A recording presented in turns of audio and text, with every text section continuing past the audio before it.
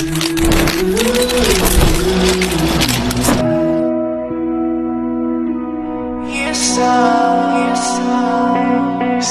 I'm gonna leave. I'm driving so far. Tell me why you coming to me and say you want me again. Never wanna lose me, 'cause I'll be missing you. The topics includes what is a speedy trial, right against self-incrimination, when is a question incriminating, when is the right against self-incrimination applied, what is involuntary servitude, when is a penalty cruel and inhuman, when is a penalty degrading, what are the standards used to determine if the penalty is cruel and inhuman, what is double jeopardy, what are the kinds of ex post facto law, and lastly is what is bill of attainder. Good day ma'am, good day everyone. I am Junwing Freda Divas. I am the reporter of Group 3. What is a speedy trial? A speedy trial refers to the right of an accused person to have their case heard by a court within a reasonable time frame. This right is typically granted by laws or constitutions to ensure that defendants are not subjected to unnecessary delays in the legal process. It helps to protect the defendant's right and ensures that justice is served in a timely manner. The purpose of this right are to prevent a person who has not yet been convicted from serving lengthy jail time, to lessen the time that the accused must endure the anxiety and publicity of the impending trial, and to minimize the damage that delay might cause to the person's ability to present a defense. The benefits of a speedy trial is to preserve the accused's rights. It prevents the government from keeping an individual in jail for an indefinite period without trial, and maintain the integrity of evidence. Over time, evidence may be lost, memories may fade, and witnesses may become unavailable. A speedy trial helps to ensure that trials are conducted while evidence and testimony are fresh. Next topic will be the right against self-incrimination. So for us to understand what this right is, let us define the incrimination. So in simple words, incrimination is making someone to appear guilty. Yung making someone na mo appear o guilty. Mo na siya ang incrimination. Now, in this right of against self-incrimination, it is the right sa usa ka akusado nga dili mo witness against himself. Mo na ang purpose, the right against self-incrimination. Dili niya himuon na iyang sarili, or he will not let to appear that she or he is guilty. Mo na ang right to against self-incrimination. Dili nimo pwede mo witness imo sarili against po sa imong sarili, no? Kung i-search niyo nato ni siya sa constitution, wala ni siya ining exact words. Pero it is right sa akusado nga dili niya i-let down iyang sarili to answer yes or no sa usa ka incriminating question. So, for example case is si Juan, no? Si Juan kasuhan siya og concubinage. Syempre ang nagkaso ani ang iyang asawa, ang babae, no? Ang asawa. Karon, kung nagkasuhay na nasa korte, syempre, no, pangutanon sa prosecutor o sa fiscal na Juan, no, nangabit ba ka kay Maria? Si Maria ba imong kabit? There will be 3 possible answer na dapat or pwede niya itubag: yes, no, or to invoke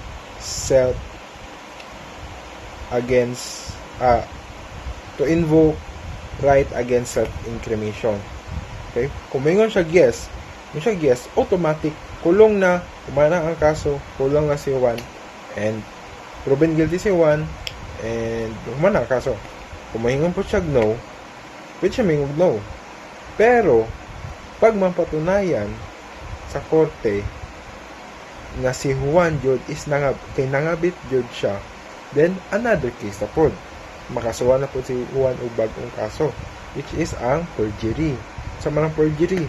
Perjury is stating or saying a false information or to write a false information man ang perjury. So another kaso na po, dako na po ang problema ng one. Pero ang last answer nga pwede niya itubag is the safest answer, which is ingon siya bumpawatanon siya sa piskalya nga, Juan, nangabit ba ka kay Maria? O si Maria ba imong kabit? Ang pinaka-safe niya nga matubag is I invoke my right against self-incrimination. Isulong niya iyang right against self-incrimination. Isulong niya iyang karapatan nga dili niya himuong testigo iyang sarili, whether kung tinuod man nga guilty man siya or dili. It is this kind of right, no? It is the right na it is a right na maprotektahan ang akusado. So the question is, kung pabalik-balik na mo siya itubag, no? Balik-balik mo siya itubag, I invoke my right to self-incrimination. Maging tunog guilty ba niya sa judge? No, hindi siya maging tunog guilty because pati ang judge kabalo siya unsa ang mga rights. So sa usa ka sabi na sa usa ka akusado. So ang purpose ana kung pangutanon siya balik-balik sa prosecutor, no, kung siya gina-insist sa prosecutor nga mag-witness siya against siya, pwede po naman siya pabalik-balik ng storya. Kasi ang purpose sa prosecutor is mangita siya ibang witness against him, against sa akusado. Kasi yun nga yung right ng right against self-incrimination. So mangita si prosecutor o iba na witness, mas dapat ka ng strong witness para ma-prove nga guilty si akusado. Kung wala may ibang witness magpo si prosecutor, then the case or ang korte or ang akusado dapat ma-acquit and the case is done and closed kasi nga walang witness. When is a question incriminating? A question can be considered incriminating when it implies or suggests that the person being questioned may be involved in or have knowledge of illegal or wrongful activities. Incriminating questions are often designed to elicit information that could be used against the individual in a legal or investigative context. This question may prompt the respondent to reveal details that could be used as evidence of their involvement in a crime or misconduct. In legal settings, individuals have the right to remain silent and not incriminate themselves as protected by the privilege against self-incrimination. Law enforcement officers must inform individuals of their Miranda rights before conducting as custodial interrogation, emphasizing the right to remain silent and the right to an attorney. When is the right against self-criminalization applied? The right against self-criminalization is generally applied during criminal proceedings. The Philippines Constitution guarantees the right against self-criminalization. This right primarily applicable in the criminal proceeding, where an accused cannot be complied to give testimony that would discriminate themselves. This right is applicable in civil, in administrative proceedings, legislative investigation in criminal prosecution. Everyone who provides testimony in civil criminal or administrative process, whether willingly or under duress from subpoena, has the right against self-crimination. In the Philippines, the right against self-crimination is generally applied during criminal proceedings, where individuals have the right to remain silent and not testify against themselves to avoid self-crimination. This right is protected under the Philippines Constitution. It is applicable in various stages of the criminal justice process such as a police investigation, trials, and hearing. Voluntary servitude. A voluntary servitude refers to a situation where individuals are forced to work against their will under the threat of punishment or coercion. This can include various forms of forced labor, slavery, or human trafficking, where individuals are deprived of freedom and compelled to work someone else's benefit. A penalty is considered cruel and inhuman when it inflicts suffering or humiliation that is disproportionate to the offense committed or violates fundamental human rights principles. It includes whether physical or psychological harm against individuals. So under Article 3, Section 19, excessive fines shall not be imposed, nor cruel, degrading, or inhuman punishment inflicted. Neither shall death penalty be imposed unless for compelling reasons involving heinous crimes such as murder, rape, and etc. Ibig sabihin, hindi dapat ipataw ang parusang kamatayan maliban kung para sa mapilit na mga dahilan na kinasasangkutan ng mga karumal-dumal na mga krimen, tulad ng pagpatay ng mga tao. A penalty is considered degrading when it humiliates or debases an individual's dignity or sense of self-worth. In legal terms, degrading treatment is often defined as treatment that strips the individual of his or her human dignity. This can include both physical and psychological aspects of treatment. Whether a penalty is cruel and inhuman depends on the specific circumstances of the case and may involve legal analysis by courts or other relevant authorities. So, the Article 3, Section 19 serves as a vital safeguard against the abuse of power and the violation of human rights by the government or its agents. It ensures that individuals are treated with dignity and respect even in cases where they have been found guilty of a crime. What are the standards used to determine if the penalty is cruel and inhuman? So, first is severity of punishment. Whether the punishment is excessively harsh or disproportionate to the offense committed. So, ito yung ito yung crime na labis na malupit na ginawa niya na walang katimbang-timbang na nagawang pagkakasala. So, ito yun. So, number 2 is physical and mental suffering. So, the extent to which the punishment causes physical pain, psychological trauma, or long-term harm to the individual. So, ito yung like trauma,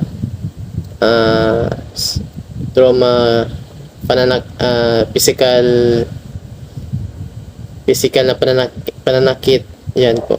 So, number 3 is dignity and respect for human rights. So, whether the penalty respect the inherent dignity and human rights of individual, including their right to be free from torture or cruel, inhuman or degrading treatment or punishment. So, itong klaseng cruel is about sa karapatang pantao. Kabilang ito sa mga nararapat na maging malaya mula sa torture or malupit na pagtrato. Ito yun. So, number 4 is international human rights standard. So, compliance with international human rights instruments such as the Universal Declaration of Human Rights, the International Covenant on Civil and Political Rights or ICCPR, and the Convention Against Torture and Other Cruel, Inhuman or Degrading Treatment or Punishment. So, ito yung klase na about sa mga karapatang pantao gaya ng Universal Declaration of Human Rights. Ito yun siya. So, may karapatan din sila against sa pag-declare ng pag-declare o pagtrato ng isang parusa. So, number 5 is evolution of societal norms. So, whether the punishment aligns with involving societal norms and attitudes toward justice, punishment, and human rights. So, ito yung parusa na naayon sa mga pamantayan sa loob ng mga lipunan o sa lipunan about sa katarungan sa parusa. Number 6 is consistency with legal principle. So, whether the penalty adheres to legal principles such as the rule of laws, fairness, and justice. So, parusa na sumusunod sa legal na panuntunan ng batas. So, number 7 is expert opinion. Consideration of expert opinions from medical professionals, psychologists, and legal scholars regarding the potential harm and cruelty of the penalty. So, may mga chance na ang medical professional, psychologists, or other legal scholars ay pwede sila maging potential na pinsala about sa parusa. So, number 8 is international court decision. So, decision from international court such as the European Court of Human Rights or the Inter-American Court of Human Rights, which provide interpretation of what constitute cruel and inhuman punishment. So, ito yung klaseng parusa na pwede sila magbigay ng hatol about sa parusa. So, number 9 is domestic legal standards. So, adherence to the domestic legal standards and constitutional protection against cruel and unusual punishment. So, ito yung pagsunod sa mga local na pamantayan or about din sa protection, constitution laban sa mga malulupit na pagkaraniwang mga parusa. So, number 10 is public opinion and consensus rather. So, consideration of public opinion and consensus among policy makers, legal professional, and civil society regarding the ability of the penalty. So, ito yung about sa lipunang tumatanggap ng mga parusa.